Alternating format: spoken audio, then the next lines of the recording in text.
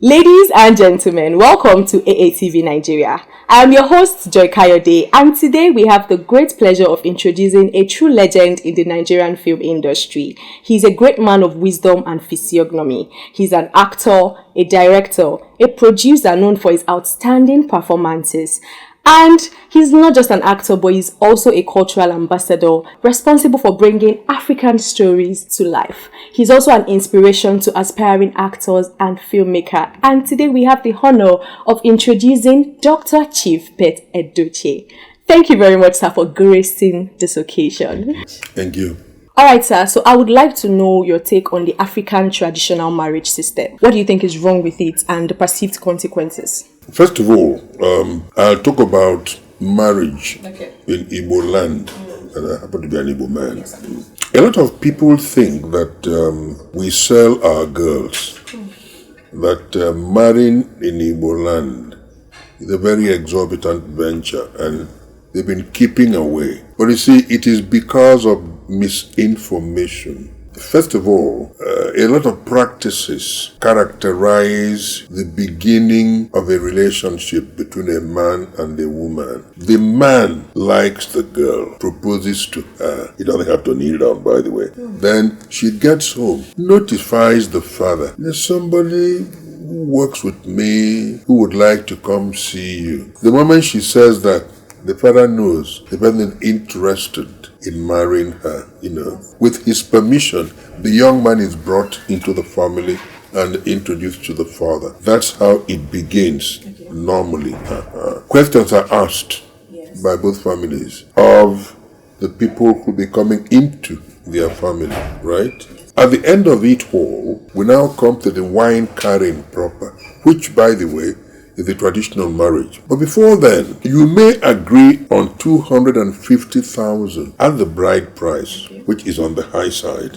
If you produce that money and you give it to the father of the girl you intend to marry, he accepts the money, takes maybe 10,000-15,000 from there and gives you back what is left. And then he will tell you, this girl is my daughter, I am not selling her.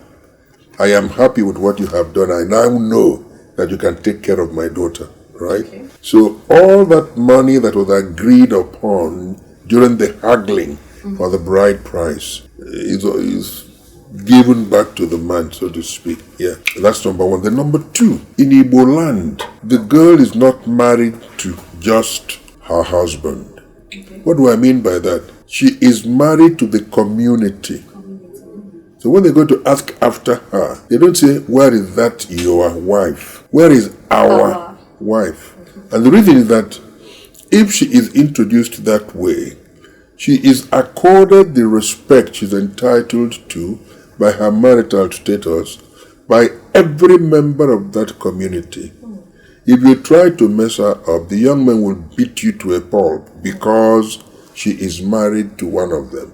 So when you say, what about our wife? It's a big honor for the woman and for the man. Okay. The traditional marriage is the marriage proper in Igbo land. We call it the wine carrying. The man who is marrying is the person who does the wine carrying. It's a ceremonial aspect of a traditional marriage, right? Yes. Before the drinking starts, the father of the girl will be given a glass of palm wine. He invites the daughter. He sips it first before giving to the daughter. He takes it to show you that it's clean. Okay. Then he gives to the daughter, go and show us your husband. She begins to wade teasingly through the crowd until she gets to the man of the moment. She gets down on her knees in total and absolute submission, sips from the glass, offers to her husband, who now drains the content of the glass, gets her up, but they both walk to the father of the girl for the blessing. What that singular gesture means is, we are now one. Whatever it is they brought, and you can now start eating it. Right? Yeah. Then, after that, they go to church. Going to church is to receive the blessing of the Almighty God is to say, Father, we are now married. Please bless us. That's what it means. But that traditional wedding is the real marriage. The church is where you get blessed. What I have observed in recent times is that when the girl kneels and sips from the glass and gives to the man glances furtively left, right, then pours it away surreptitiously, which makes him an idiot. First of all, the father has partaken of that drink. True. The girl has drunk from that, taken hers from that same glass and given to you. There is no way the father will be alive, the daughter will be alive, then you will be poisoned. No. So most of the young men who are doing that, quite honestly, are very stupid. If you pour away that drink, you are not married. Yeah. You are not. Because you have not received it from... Look, that drink is an acceptance, yes. Right? It's a spiritual commitment. It's an indication that both of you have become one. Yes, a blessing. That's right. So if you pour it away, then you're not there. You have not consummated. No, you're not there.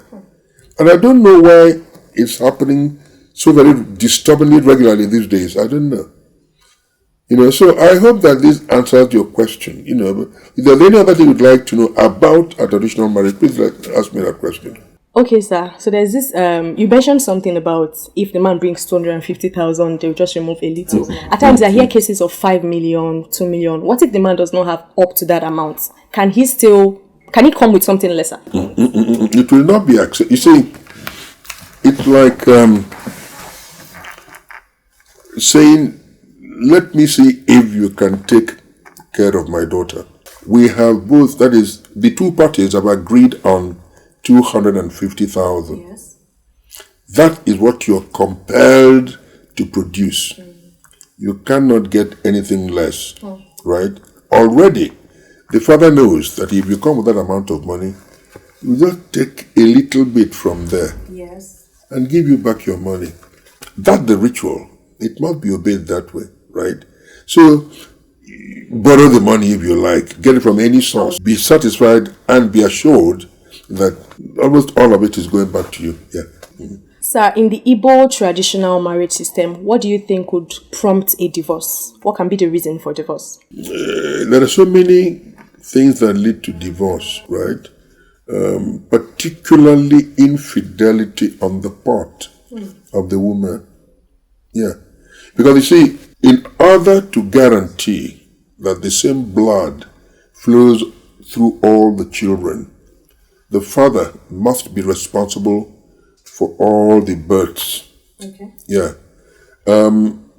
If the woman strays, you have introduced some extraneous character into the lineage, and it creates problems because you'll find a child behaving not in strict consonance with what is acceptable as the norm.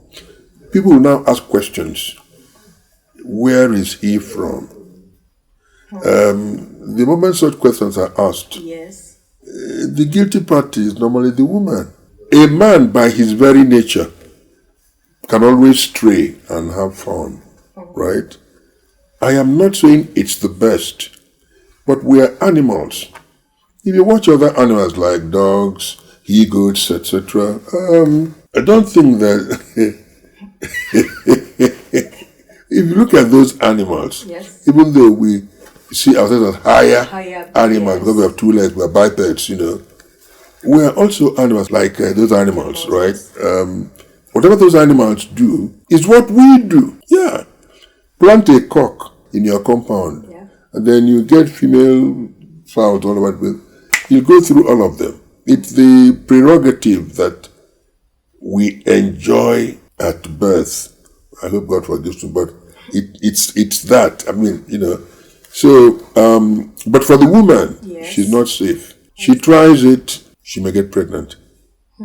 And somehow, a man will always know whether he is responsible for a particular pregnancy or not. Yeah. So that you find a family where all the people are light complexion, including the family of the woman. Yes. Then suddenly a dark character is introduced. I mean, how do you explain it? Because they are the great grandfather. No. That's nonsensical. Yeah. So in Igbo land, of course, come on. Things like that, infidelity particularly, can always lead to divorce. There is one other thing I think you ought to know. Okay. In a family where there are girls and no boy, yes, the girls can go get married, but one girl must remain to stay in the, you want to perpetuate that lineage. But because there's no son to do that, the one girl stays and you marry for her. You marry for her. You marry for her. In other words, you are trying to build that family, to continue with that family. Now, it's normally on contractual basis. Okay. Yeah, you get married to that lady, you're free to choose whoever you want to sleep with. Yeah, to get kids. You may, if you get maybe 1-2 boys, you can be released. You're now free. You can go get married to somebody of your choice and build your family. Yeah, it's allowed in Igbo land. Yeah, that's right. I thought you should know that. Okay, sir, there's one question I want to ask. It's a bit off from the marriage system, but it's about men gallivanting around. Is it possible for a man to gallivant around and still love the particular woman that is in his house that he calls his wife? It's not, I mean, there's nothing unusual about it, Okay. Yeah. What gives you all the excitement comes from your own body, not the woman. So, that's right.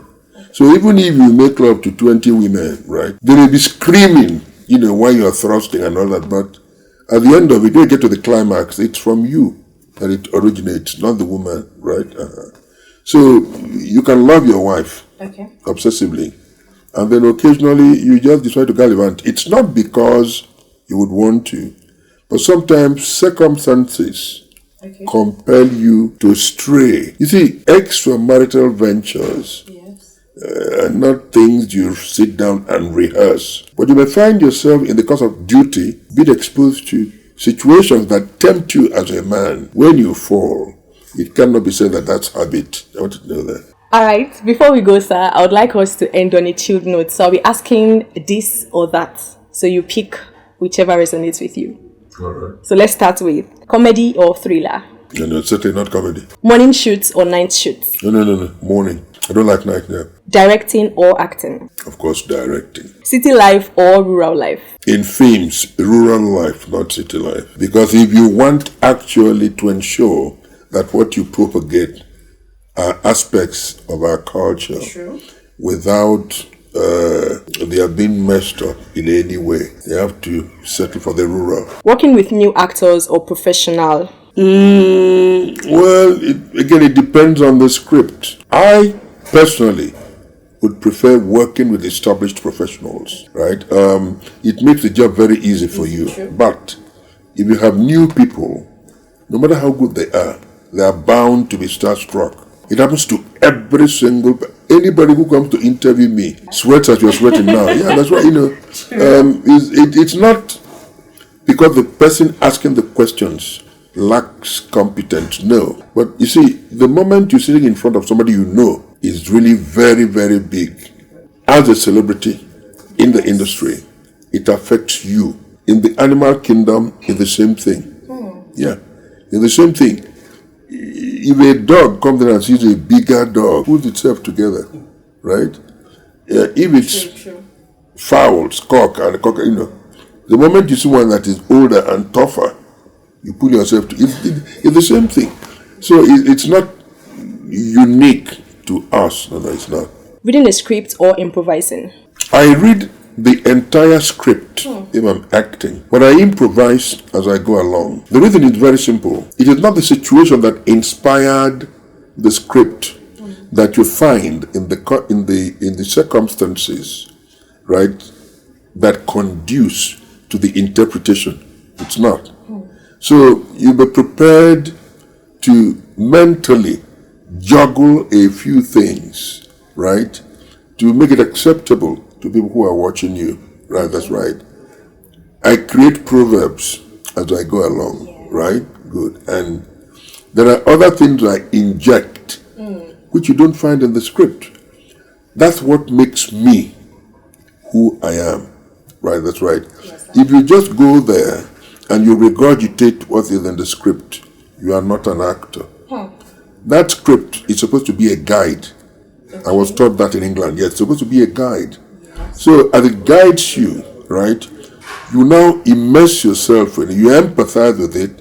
You interpret it in such a way that it becomes very convincing to the person who is watching you. I mean, if you are interpreting a character, people are looking at you and they are seeing that character, not just you.